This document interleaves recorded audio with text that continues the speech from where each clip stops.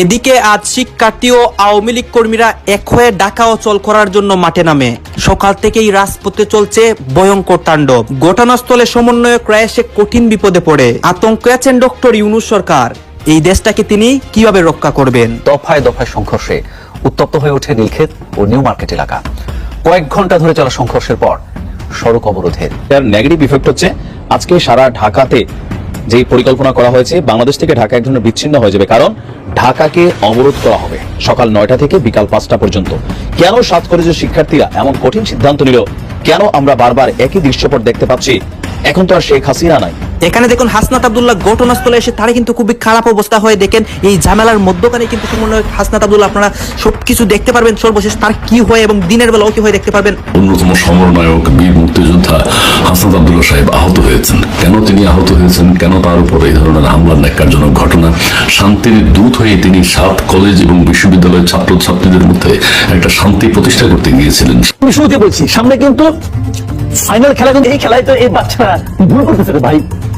দরকার তো নাই কোনো, ওনারা যে খেলায় নামছে ওটা তারা পারবে না করতে। উপদেষ্টা নাকি গতকাল রাতের মতো আজ রাতেও পালিয়ে যাবে, আর ছাত্রলীগ তো রাতে রাতে ভয়ঙ্কর হয়ে ফিরবে। একটা খুব ভয়ঙ্কর কিছু ঘটতে পারে আমাদের এই শহরে, এটা বোঝা যাচ্ছিল। ইনফ্যাক্ট গতকাল বেশ রাতে, গভীর রাতে, এবং বিশেষ করে ঢাকা ইউনিভার্সিটি স্টুডেন্টদের একটা আচরণ আমার কাছে রীতিমতো ছাত্রলীগের মতো আচরণ বলে মনে হয়েছে। আমরা একটু ঘটনাটা একটু বোঝার চেষ্টা করি এবং এই কলেজগুলোর সংকট সমাধানে সরকারের আন্তরিকতাকে আমরা প্রশ্নবিদ্ধ করতে চাই। এই জেনারেশনের মানুষদের এই ভিডিওটা অত্যন্ত গুরুত্বপূর্ণ, যে মীর জাফর কাকে বলে, কত প্রকার এবং কি কি। এই সার্জিসকে দেখলেই বোঝা যায়, বুঝতে পারছেন? মানে তিনি ক্ষমতার লোভে ছাত্রলীগ ছিল। আমরা লাঠিচার্জ চাই না, আমরা গুলি খেতে চাই। পুলিশ গুলি কর, গুলি খেতে চাই। কত গুলি আছে লাগাও, কত গুলি আছে মার, লাঠি মেরে হাঁটি। আসসালামু আলাইকুম রহমতুল্লাহ, সবাই কেমন আছেন? আশা করি সবাই অনেক অনেক ভালো এবং সুস্থ আছেন। সবাইকে স্বাগতম জানাচ্ছি আমাদের আরেকটু নতুন ভিডিওতে। প্রতিদিনের মতো আমি আপনাদের কাছে রিয়াদ ফারুকি আবারও চলে আসলাম নতুন একটা ভিডিও নিয়ে। দর্শক, আজকের ভিডিও টাইটেল এবং থাম্বনেল দেখে ইতিমধ্যে বুঝতে পেরেছেন কি বিষয় নিয়ে কথা বলবো। বর্তমানে চলমান দেশের যে রাজনীতির পরিস্থিতি চলতেছে তারই ধারাবাহিকতা আমরা চেষ্টা করি সবসময় আলোচিত সমালোচিত সব খবর সবার আগে আপনাদের মাঝে পৌঁছে দেওয়ার চেষ্টা করি। তারই ধারাবাহিকতা আজকের ভিডিও। ইতিমধ্যে আপনারা সবাই ভিডিওর শুরুতে বেশ কিছু অংশবিশেষ দেখেছেন, যে অংশবিশেষগুলো দেখে বুঝতে পেরেছেন আজকের ভিডিওটি কতটুকু গুরুত্বপূর্ণ হতে চলেছে। তাই আমি আর বিষয়টা নিয়ে বিস্তারিত বলবো না, কারণ বিস্তারিত বলতে গেলে ভিডিওটা অনেক লম্বা হয়ে যাবে।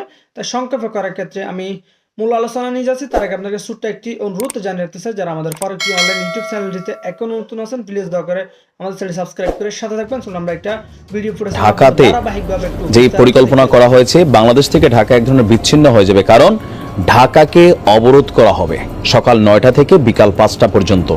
কেন 7 কলেজের শিক্ষার্থীরা এমন কঠিন সিদ্ধান্ত নিল? কেন আমরা বারবার একই দৃশ্যপট দেখতে পাচ্ছি? এখন তো আর শেখ হাসিনা নাই। তাহলে কেন আমাদের শিক্ষার্থীরা ঢাকা বিশ্ববিদ্যালয়ের সাথে এই ধরনের সিদ্ধান্তে যাচ্ছে? দোষটা কার? সারা রাতভর একটা অস্থিতিশীল দৃশ্য আমরা দেখেছি। চলুন মূল ঘটনায় এবার আসি। এই কেমন বাংলাদেশ আমরা দেখছি। রাজপথ থেকে যে শিক্ষার্থীরা সরকার পতন ঘটিয়েছে, কারণে অকারণে সেই রাজপথ এখন ব্যস্ত লড়াই এবং দখলে। তবে এই সরকার আসার পর এমন দৃশ্য আমরা কখনো আর দেখিনি। পুলিশ প্রোটেকশন নিয়ে নিজেদেরকে অনেকটা হিরো হিরো জাহির করেছিল ঢাকা বিশ্ববিদ্যালয়ের শিক্ষার্থীরা। তবে বিপরীতে 7 কলেজের শিক্ষার্থী বনাম ইডেনের যে বাঘিনীরা যে বের হয়েছিল, ভাই গেট খোলার দৃশ্যটা ভালো লাগছে। তবে আমি ব্যক্তিগতভাবে টোটাল ঘটনাটাকে অবজার্ভ করে আমি মনে করি যে দোষটা ঢাকা বিশ্ববিদ্যালয়ের, বিশেষ করে যে প্রো ভিসি, যার একটা বক্তব্যকে কেন্দ্র করে 7 কলেজের শিক্ষার্থীদের সাথে আমি মনে করি ওনার ক্ষমা চাওয়া উচিত বিষয়টা নিয়ে। দেখেন এই মুহূর্তে গতকালকে যে দৃশ্য আমরা দেখছি, কে খুশি হয়েছেন এই দৃশ্য দেখা? হাহারি এক, তারপর রাজু ভাস্কর্য তাড়াতাড়ি আয়, হাসনাত্রে যে পরিমাণ ধাওয়া আপনি দেখছেন, কি একটা পরিস্থিতি হয়েছে। এগুলা আর চলবে না, বোঝা যাচ্ছে। আর এতে হচ্ছে কি, সমন্বয়ক যে খেলা, বৈষম্য বিরোধী শিক্ষার্থী খেলা, এগুলা কিন্তু একদম তলে পড়ে যাচ্ছে। আর এগুলো দেখা পলিটিক্যাল দলগুলো হাসছে, সাধারণ মানুষ বলতেছে ভাই এরা নাকি দেশ চালাবে। তবে আসলে দোষটা কার? যত নাটের গুরু এখানে ঢাকা বিশ্ববিদ্যালয়ের যিনি প্রভিসি আছেন, তিনার যেই স্বৈরাচারী মেন্টালিটি ছিল, শিক্ষার্থীরা যেহেতু এই 7টা কলেজ ঢাকা বিশ্ববিদ্যালয়ের অধিভুক্ত, তো তারা তাদের দাবি দাওয়া নিয়ে যেহেতু এই প্রভিসি বা এখানে যারা ভিসি আছেন তারাই তাদের লিগ্যাল গার্ডিয়ান, তো তারা তো এখানে আসবে। কিন্তু আসার পরে তিনি যদি বলেন যে তোমরা কি এখানে মব করতে আসছো, ইভেন ওনার যে বক্তব্য দেওয়ার স্টাইলটা, ভিডিওটা অনেকে দেখেছেন, আমরা কপিরাইটের জন্য দিতে পারি না, তো এটা দেখে মনে হয়েছে যে মানে ঢাকা বিশ্ববিদ্যালয়ের যারা আছেন তারা মনে করেন যে ওইগুলো হচ্ছে অ্যাংলা চ্যাংলা, হ্যাঁ, গ্যারাইম্মা টারাইম্মা পোলাপাইন। আরে ঢাকা ইউনিভার্সিটি, তো ঢাকা ইউনিভার্সিটি আপনি যদি দেখেন সারা এশিয়ার মধ্যে, সারা পৃথিবীতে ঢাকা ইউনিভার্সিটির অবস্থান কোথায় আপনি র্যাঙ্কিং এ খুঁজে পান? 1000 ইউনিভার্সিটির ভিতরে তো ঢাকা ইউনিভার্সিটির নাম আসে না। তো এই ইউনিভার্সিটির ভিসি, প্রভিসি বা স্টুডেন্টরা যারাই আছেন, এত অভার কোনো কিছুর কিন্তু আসলে মানে দাম্ভিকতা দেখানোর সুযোগ নেই। দর্শক, সারা রাত জুড়ে প্রায় 3.5 ঘন্টা ধরে আমি যখন এই নিউজটা রেকর্ড করছি, আমি একটু আগেই রেকর্ড করি সবসময়, আপনারা হয়তো পরে দেখেন, তখনও সংঘর্ষ চলছে। আহত শিক্ষার্থীদের সংখ্যা প্রায় 20 জন। এটা সঠিক তথ্য না, হয়তো তথ্যটাতে আরো আপডেট আসতে পারে আমার ধারণা। এখন 7 কলেজের শিক্ষার্থীরা তারা ঢাবির শিক্ষার্থীদেরকে যেই নোংরা ভাষায় ঢাবি চু ... তারপরে বলতেছে কি পুলিশ ছাড়া, হ্যাঁ মানে পুলিশ, আমরা একটা দেখছি আগে ছাত্রলীগ যদি কখনো কোথাও লাগতো তো আগে থাকতো পুলিশ, পিছনে থাকতো ছাত্রলীগ। কালকে ঢাকা ইউনিভার্সিটির শিক্ষার্থীদের সাহসের জায়গাটা দেখে আমার কাছে অনেকটা ছাত্রলীগ হিসাবে অসহায়ত্ব ফিল হয়েছে অনেক জায়গায়। গতকালকে আপনারা দেখছেন টোটাল, আর পুলিশের আচরণটা ছিল 7 কলেজের শিক্ষার্থীদের এগেইনস্টে কোথাও না কোথাও। এখানে আমরা যা ফুটেজ দেখছি যে ঢাকা ইউনিভার্সিটিকে প্রোটেকশন দিচ্ছিল 7 কলেজের শিক্ষার্থীদের সোজা বক্তব্য, বাবা এই যে সমন্বয়ক যারা উপদেষ্টা হয়েছে, ঢাকা ইউনিভার্সিটিকে একটা ছাত্র মারা গেছে, সবকিছুতে তাদের কর্তৃত্ব, তাদের এটা আমরা মানব না। তো তাদের যে দাবি দেওয়াটা লিগ্যাল, তারা বলছে যে আপনার কি বলা হয় যে আমরা যেটা দেখি এখানে মূল যে ঝামেলাটা শুরু হয়েছিল 5 দফা দাবি নিয়ে ঢাকা বিশ্ববিদ্যালয়ে আলোচনা করতে গেলে বিশ্ববিদ্যালয়ের সহ উপাচার্য অধ্যাপক মামুন আহমেদ 7 কলেজের অর্ধশতাধিক শিক্ষার্থীকে অপমান করেছে। এর প্রতিবাদে তারা মিছিল করছিল বা তারা 5 দফা দাবি মেনে নিতে হবে আর সহ উপাচার্যকে তার আচরণের জন্য দুঃখ প্রকাশ করতে হবে। শিক্ষার্থীদের অভিযোগ প্রসঙ্গে আপনার এই মামুন বলছেন তারা এসেছিল আমার সঙ্গে কথা বলতে, আমি তখন তাদের বলি তোমরা সবাই না এসে দুজনে আসো, কিন্তু অর্ধশতাধিক শিক্ষার্থী ধাক্কাধাক্কি করে ভেতরে ঢুকে যায়। ঘটনা এতটুকুই, তাদের সঙ্গে কোনো খারাপ আচরণ তিনি নাকি করেননি। তিনি বলছেন যে তাদের 5 দফা বিষয়ে সোমবার আমাদের 24-এর স্বাধীনতা আন্দোলনের অন্যতম সমরনায়ক বীর মুক্তিযোদ্ধা হাসনাত আব্দুল্লাহ সাহেব আহত হয়েছেন। কেন তিনি আহত হয়েছেন, কেন তার উপর এই ধরনের হামলার ন্যাক্কারজনক ঘটনা, শান্তির দূত হয়ে তিনি 7 কলেজ এবং বিশ্ববিদ্যালয়ের ছাত্রছাত্রীদের মধ্যে একটা শান্তি প্রতিষ্ঠা করতে গিয়েছিলেন, শান্তি প্রতিষ্ঠার জন্য তিনি কাজ করতে গিয়েছিলেন, সেখানে কেন এত বড় একজন সমন্বয়ককে আহত হতে হবে? প্রধান উপদেষ্টার কাছে আমরা সেটার জবাব চাই। তার আগে আমরা একটু ভিডিওটা নিয়ে দেখে নিই, তারপরে বাকি কথা বলছি।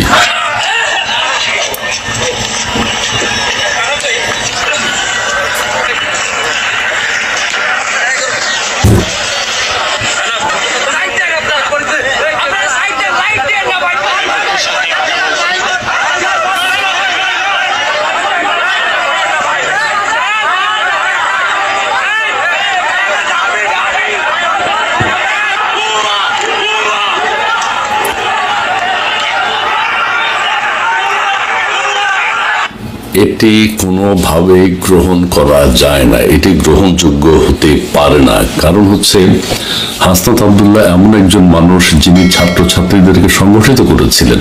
সেই ছাত্রছাত্রীরা কেন হাসনাত আব্দুল্লাহকে চিনতে পারেনি, এটি ভাববার বিষয়। আরেকটি বিষয় হচ্ছে যেখানে এই হাসনাত আব্দুল্লাহ সিকিউরিটি থাকা উচিত ছিল, সেখানে আইন শৃঙ্খলা বাহিনী, বিশেষ করে সেনাবাহিনী কোথায়, বিশেষ করে আমাদের পুলিশ কোথায়, তারা কেউ সেখানে উপস্থিত ছিলেন না।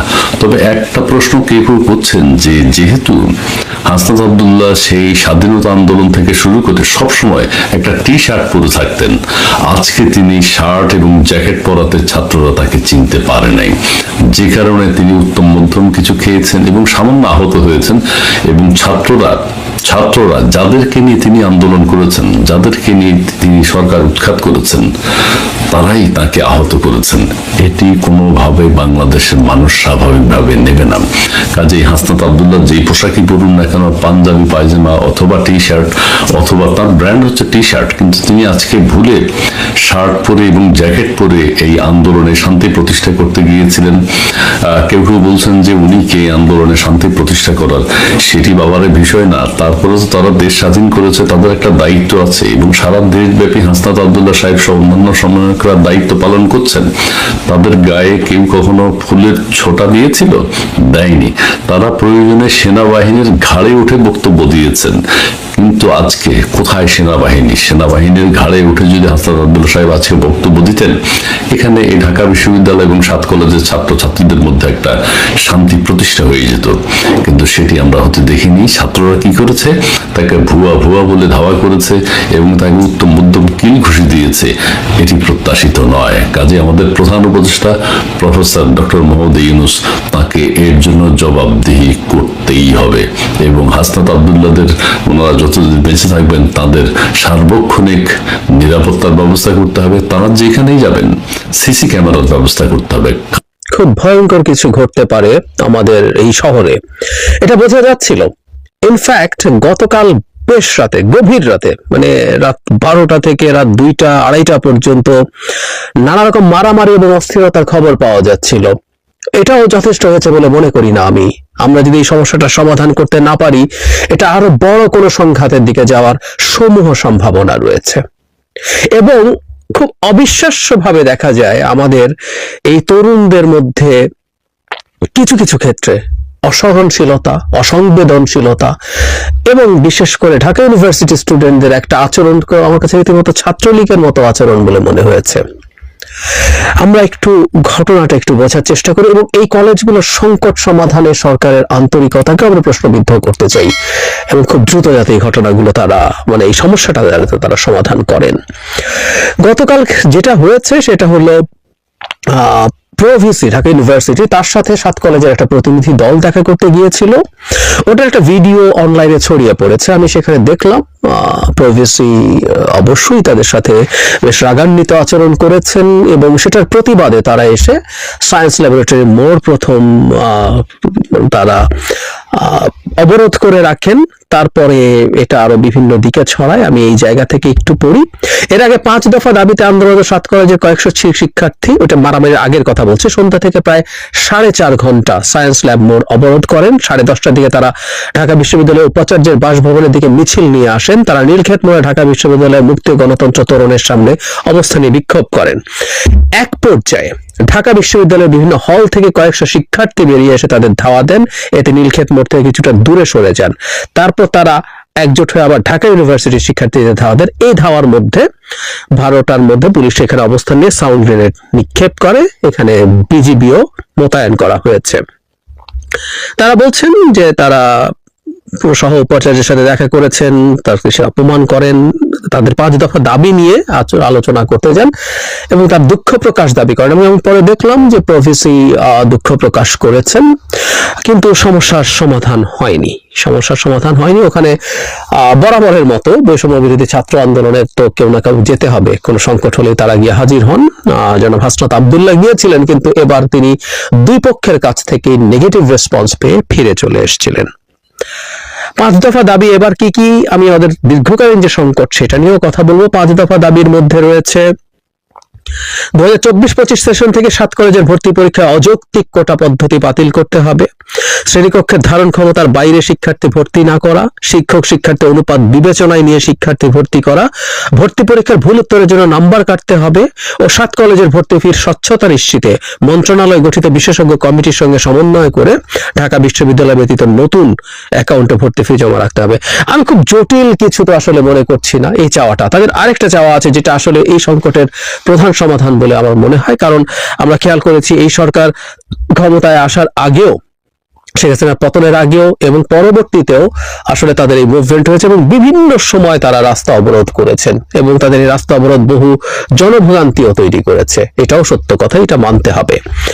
কিন্তু তাদের তো ডেপ্রাইভেশন আছে, তাদের উপরে অন্যায় আছে, আমি সেই জায়গায় আসবো। কিন্তু যে 5 দফা তাদের দাবি আছে, এই দাবিগুলো খুব কঠিন কিছু কি আমি মনে করি না, কিন্তু এই দাবিগুলো মানা হলো না এবং মানা না হয়ে পাল্টা তাদের সাথে এমন আচরণ করা হলো যেটা তাদেরকে ক্ষুব্ধ করে তুলেছে। আবার এটাও সত্য যে কিছু হলেই আমরা গিয়ে রাস্তা অবরোধ করে ফেলছি, এটা তারা আগেও বহুবার করেছেন, আবারও করলেন। মানে সবকিছু আসলে ওই পর্যায়ে না গেলে সামহাও আমরা রেসপন্ড করি না। ফলে যেটা হয়েছে প্রত্যেকেরই মনে হয় এখন রাস্তা আটকে ফেলতে হবে। আমি যে বললাম ঢাকা ইউনিভার্সিটির স্টুডেন্টদেরকে তারা যদি ওখানে গিয়ে মিছিল করেন, তাদের যদি প্রতিবাদ জানান, তারা যদি ঢাকা ইউনিভার্সিটির ভিসির বাড়ির দিকে যান, সেখানে গিয়ে কোনো নিরাপত্তা হুমকি যদি তৈরি হয়, সেখানে পুলিশ এসে সেটা ট্যাকল করবে, প্রয়োজনে বিজিবি আসবে। এই যে যেমন পরে আসলো, সেনাবাহিনী এখন ম্যাজিস্ট্রেসি পাওয়ার নিয়ে মাঠে আছেন, দরকার হয় তারা আসবেন। ঢাকা ইউনিভার্সিটির ছাত্রদের কি অধিকার আছে যে তারা এদেরকে ধাওয়া করবেন? কি অধিকার আছে? এটাই ছাত্রলীগের মতো আচরণ। বহু সময় ছাত্রলীগের আচরণ এটাকে শেখ হাসিনার সময় প্রতিবাদ করেছি।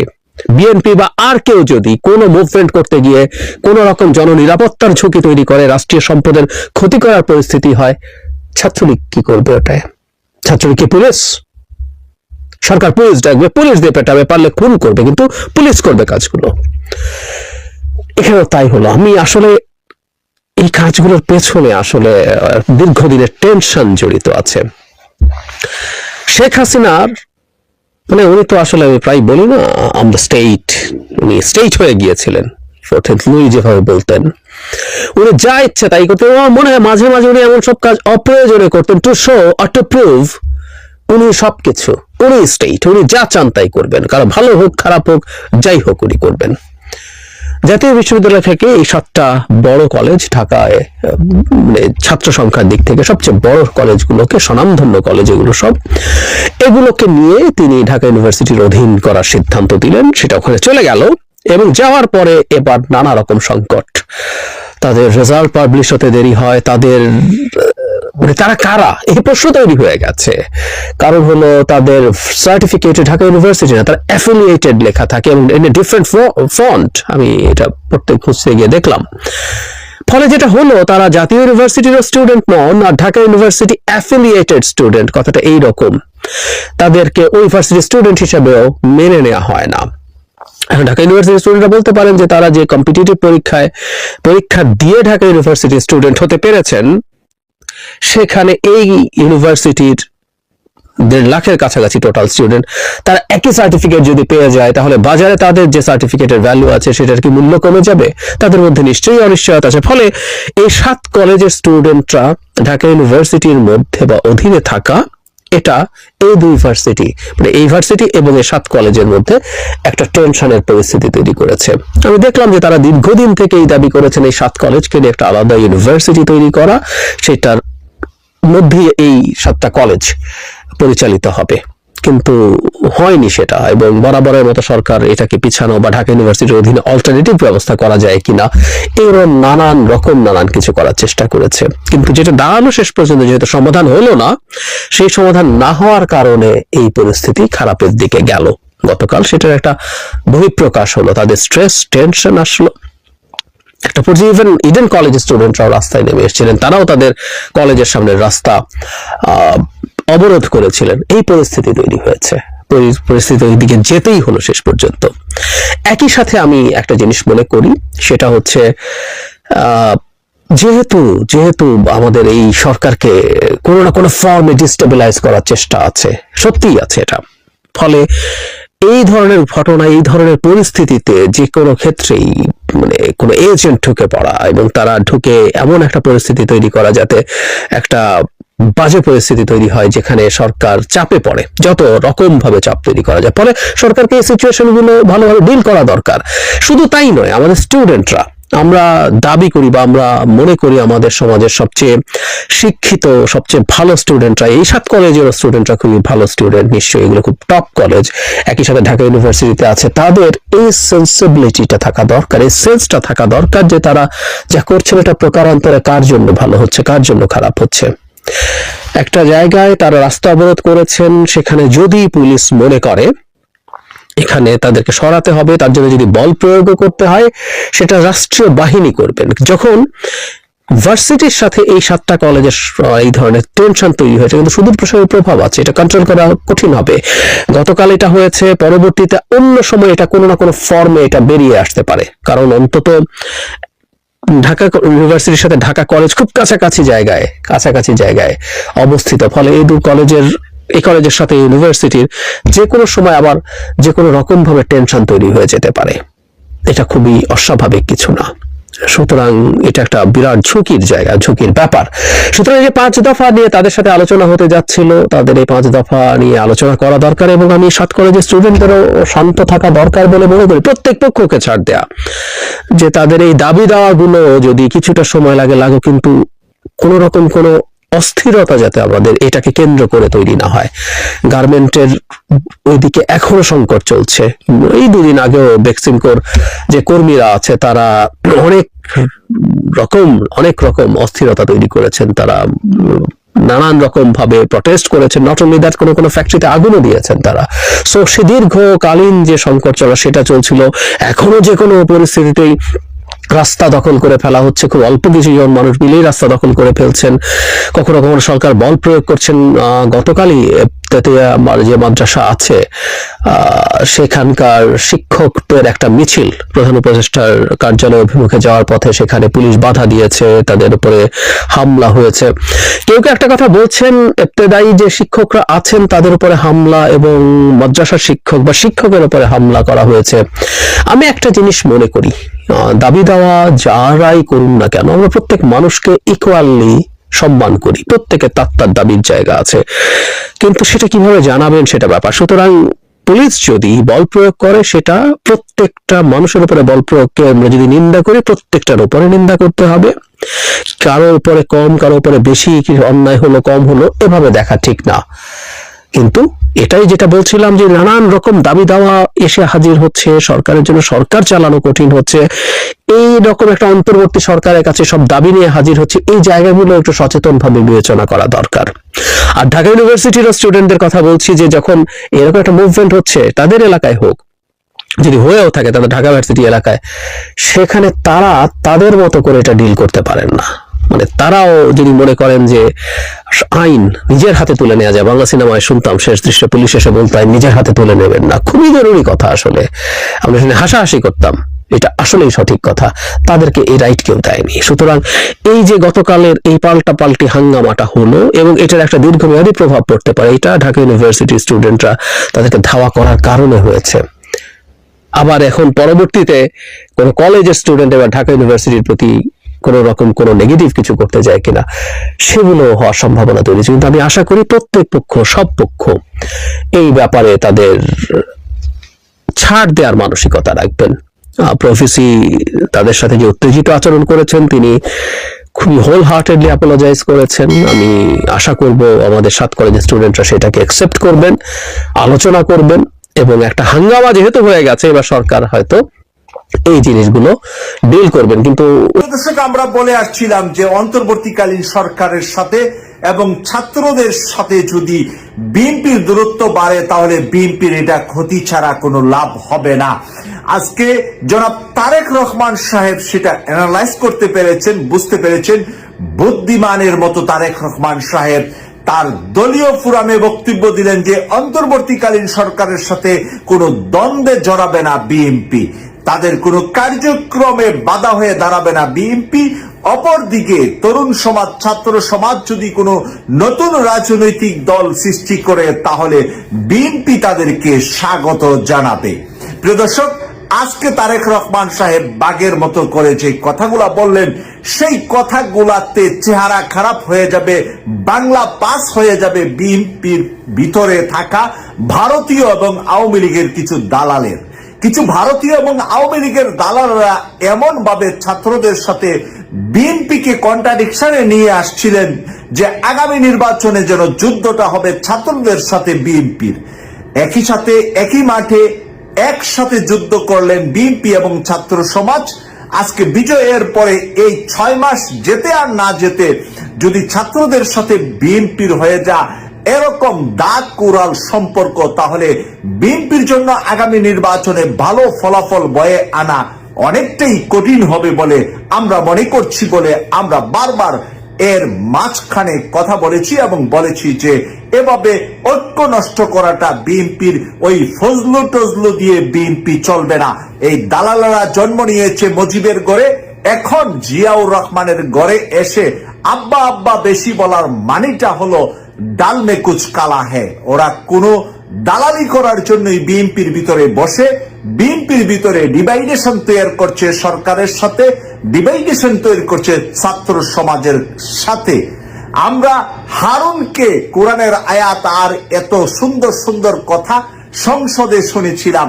সংসদ থেকে বের হয়ে আওয়ামী লীগ যখন দেশ ছেড়ে চলে গিয়েছে, তখন হারুন সেই ওয়াজের কথা আর কোরআনের আয়াতের কথা ভুলে এবং ইসলাম নিয়ে বিদ্বেষীমূলক বক্তব্য দিয়ে বিএনপির ক্ষতি ছাড়া কোনো লাভ করেছে বলে আমি মনে করি না।